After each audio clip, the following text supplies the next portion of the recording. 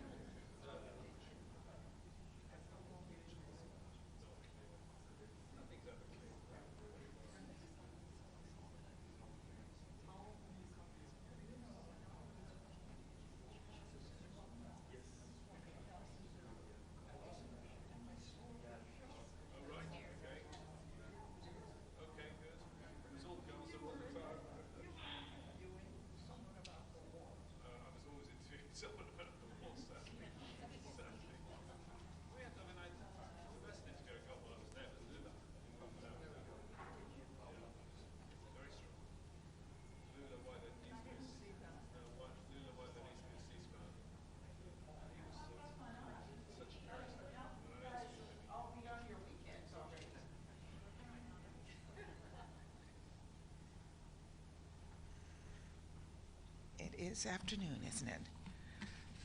Oops. Good afternoon, everyone.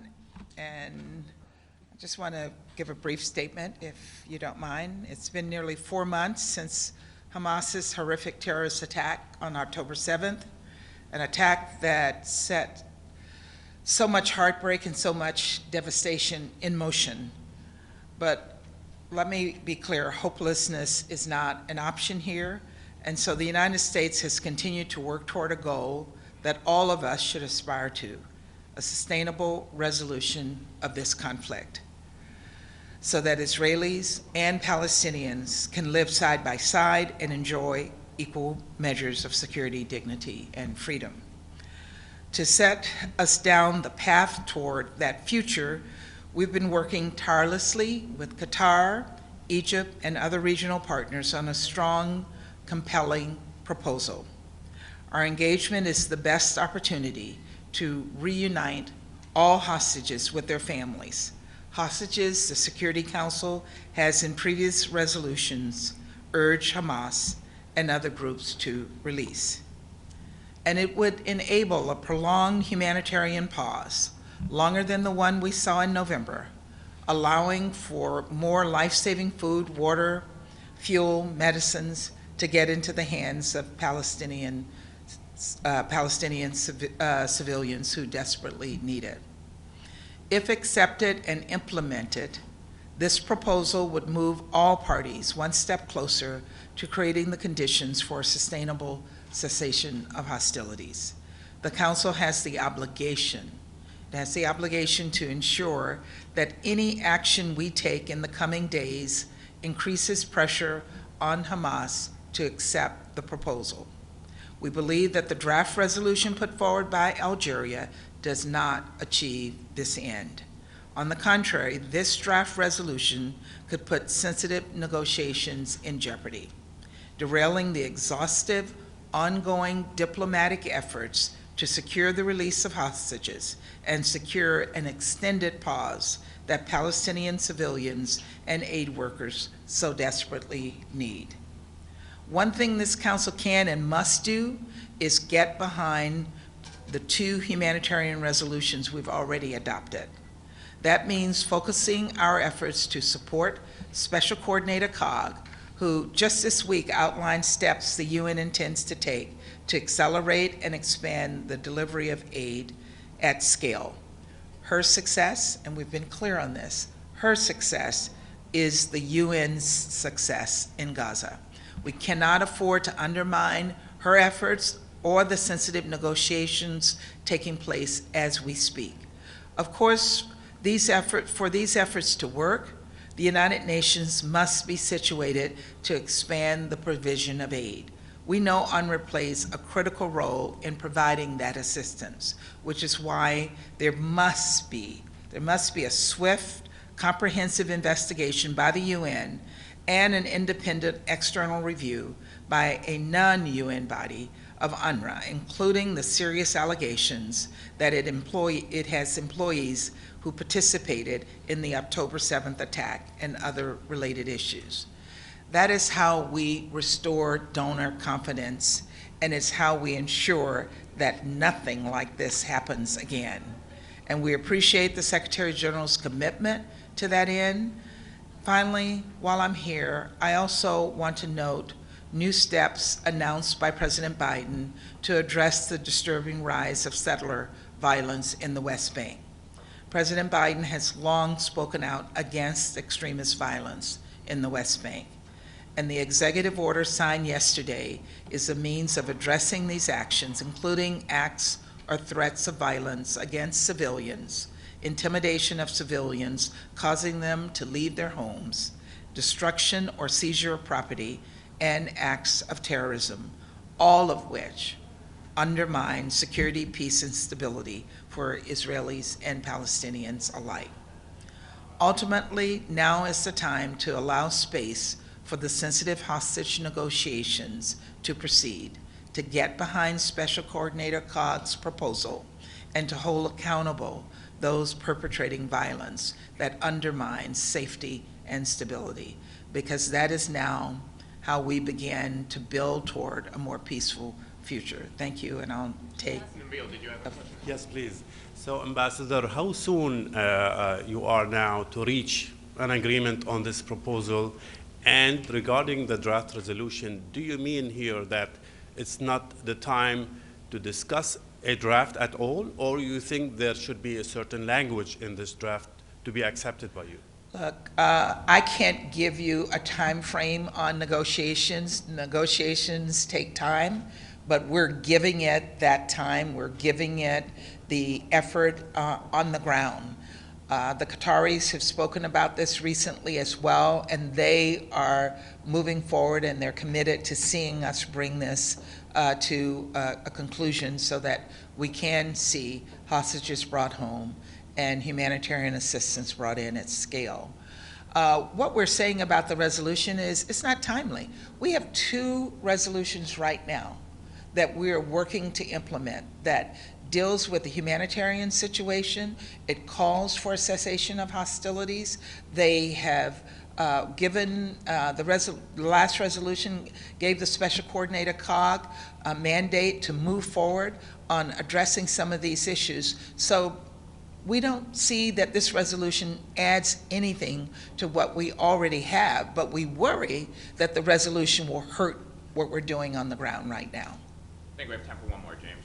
Ambassador, you talk about those 2 existing resolutions. The idea of those resolutions was to scale up humanitarian aid. But you heard Martin Griffiths in the Council. He talked about the need for multiple points of entry to Gaza, which Israel is not allowing. He talked about Israel's frequent rejection of much-needed items into Gaza for unclear, inconsistent, and often unspecified reasons. Is Israel not in breach of those 2 resolutions, and in fact in breach of the ICJ ruling just 1 week ago, which again urged Israel to scale up humanitarian aid? Look, Israel, we have met with the Israelis both in Jerusalem, on the ground. I met with the COGAC, who was here this week, to talk through the issues that the humanitarian community has been experiencing and working with them to see how we can address these issues. They were given a certain number of days to respond to the ICJ. I think we need to give them, allow them the time that they have to respond to the ICJ. But I got a commitment from the COGAT that he was going to not only take the concerns that were raised by Martin and others and by me on the problems that are being experienced on the ground and see how he can better address those issues, how we can communicate better and work more closely with them. I think the Israelis understand, and this is what I heard from the Major General, that they do have a role to play in assisting humanitarian aid to get through to the people of Gaza. We do have 2 routes that have been open, and we're going to work on that. It has been. And aid is just trickling in, and Israel's the one that can control this. It has been, but it's more than a trickle, I have to say, James, but it's not enough. It is absolutely not enough, and we're working with all sides. There's a tremendous amount of blame in terms of the blockages being put on the Israelis. We're hearing that there's limited trucks inside. We're working on these issues. This is something that we have people on the ground working on every single day. And not only are we working with the Israelis, we're working with the UN. There's a security situation on the ground as well, and we have to be able to address those issues to ensure that the aid that we know that the people of Gaza are in need of, that it gets through. And again, I can't say more strongly that this is our highest priority. Thanks, everyone. Sorry, we got it wrong. Sorry. Thank you, guys. Have a good weekend. Have a nice weekend.